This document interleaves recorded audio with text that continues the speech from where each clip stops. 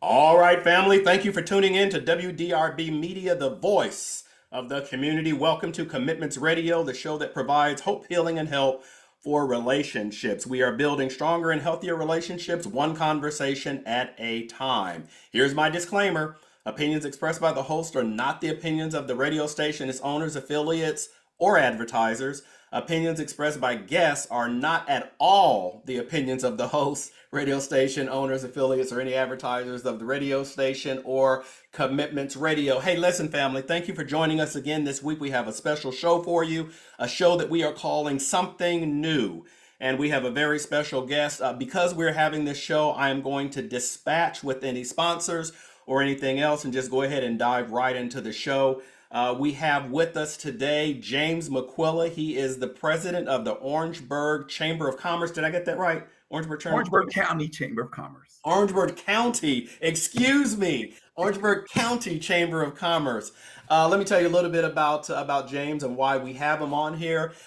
He graduated from the Citadel, the Military College of South Carolina, with a Bachelor's of Science degree, and he earned his MBA from Winthrop. He's an experienced leader with over 30 years of success in entrepreneurship, management, business development. Throughout his career, he has successfully led businesses through growth, change, and new challenges. As the president of the Orangeburg County Chamber of Commerce, he has worked tirelessly to promote Orangeburg as a great place to live, work, and visit. He focuses on building strong partnerships within the community and helping more entrepreneurs start and grow their businesses. McQuilla recently became a children's book author with the release of The Adventures of Maddie PJ and the Sumter Bunch. He's a proud father of two adult children. His daughter, Jay, is that Jay? Yes. Jay is a physician, and his son, Matthew, will complete both an MBA and a law degree, a joint degree, at Northwestern University in Chicago in May of 2025, which comes up just next month. Or actually, it comes up this month, come to think of it. But at any rate, but we are so excited to have James McQuilla on. And the reason we're having him and featuring him is because he has recently announced that he is running to be the mayor of Orangeburg, South Carolina. And so we're excited about this. We're excited about James and him doing this. James is someone I have known for a number of years. We both graduated from the Citadel together, and I can tell you there is absolutely no better man to be mayor of Orangeburg, South Carolina than James. So James, I want to first of all, did I leave anything out? Is there anything that you'd like to add to what I read in your bio? No, I really appreciate that, Ken, and thank you for allowing me to be a Hey, part of this today. look, you don't need to appreciate it. You earned all of that. I didn't say anything in there that wasn't true. So anyway, but let's just start from the very beginning. What inspired you to run for mayor? Well, really, always had an idea Hmm. that the leadership skills that I learned from a young age Hmm. throughout college, and Hmm. then of course, in life and in business, I wanted to be able to take to a larger scale. Okay. And when the opportunity came about for this run to take place, Hmm. then I thought that now was the best time because I had been in the community Hmm. long enough to make a difference. But now it was time to make a change. And Okay. so after thinking about it, talking about it with my family, and really did. People say this all the time, but I did. I actually had to pray about the fact that is this where my calling was, Hmm. Hmm. and so I believe that answer came in one Sunday morning. Hmm. I woke up and I knew that was it. And so even part of the campaign is a gospel song that says, "This morning when I rose, yes, Mm. I had no doubt." I didn't have a doubt. All right. Yes. So James, you alluded for a moment ago about your background and your experience. How has your specific background and experience prepared you to be the mayor of Orangeburg? So I have a pretty varied background. Hmm. I've worked in a lot of different industries that include from higher education, secondary education, Hmm. nonprofits, for profits, been Hmm. an entrepreneur, Hmm. worked with government, worked with law enforcement, Hmm. worked with the what we call the solicitor, which is Hmm. the district attorney, Hmm. and so and in manufacturing and construction. So I put all those things together, and it helped with what I do with the Chamber of Commerce. Hmm.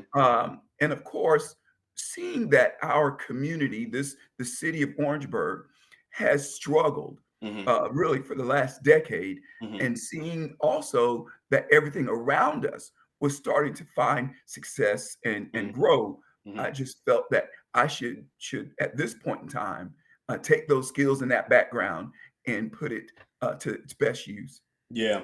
Yeah. So James, one of the things, and you alluded to this a little bit earlier about leadership, and leadership is so important when it comes to the role of the mayor.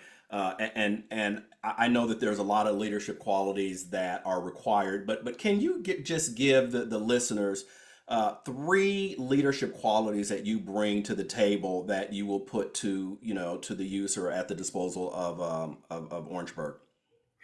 Sure, I think number one, I listen. Hmm. Number two, I'm not afraid to Okay. lead. Okay. And then number three, I believe in collaboration. Okay. A lot of times leaders could be the autocrats or the dictators. Hmm. And if we look throughout history, they haven't been successful. Yeah. I believe that leaders learn from those they lead, and then they're the ones who make that vision happen. Yeah, yeah, there's no doubt about that. And I applaud you because, your very first thing that you said was listening. There is no skill that is more important than being a good listener.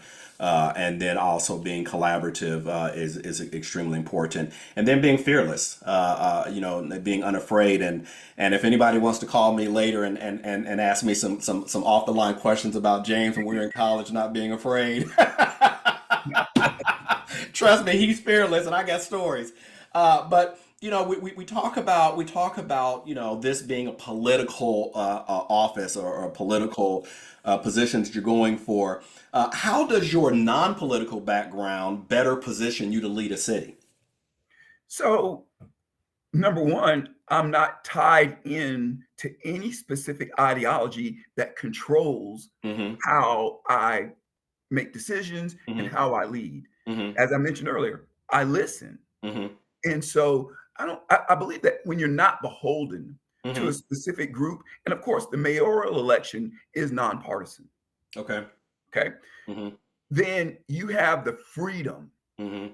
to be able to make choices that someone else may feel is a good idea, but Yeah. might go against what their party affiliation is. My Absolutely. only party affiliation are the citizens of the city, all of them. Yeah, yeah, I like that a lot. Because you're right. There's no doubt about the fact that we have become mired in this country in an us versus them kind of a scenario. From where you're sitting right now, though, James, do you really believe that you not having been engaged in that kind of political swamp, if they will, that actually gives you better traction in Orangeburg specifically? Well, I think so because people here want a change. They Okay. want a new direction, Okay. and they want someone who just speaks regular speech. Yeah. Yeah. Okay, not someone who has a lot of platitudes and Yeah. no, we can have a conversation no matter who you are. I like to tell people I know everyone from the gangs to the governor.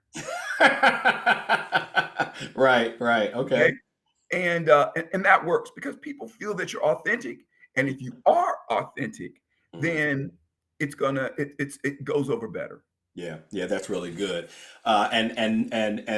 When you say I know them, I love that because it's not like you are someone who hasn't been in the community, who doesn't really know, who hasn't been engaged, who's been sitting as an armchair quarterback, saying what everybody should do. You've actually been out there with your sleeves rolled up, actually making it happen and doing the work, and that's how you know people. You don't know of them, you know them, and I love that. Well, we're going to go ahead and take our first break. When we come back, we're going to continue our discussion with James McQuilla, who recently announced a run for the position of mayor in Orangeburg, South Carolina. So we're going to do that, and we're going to take a break, and we're going to come right back and talk with Mr. McQuilla a little bit more. We'll be right back.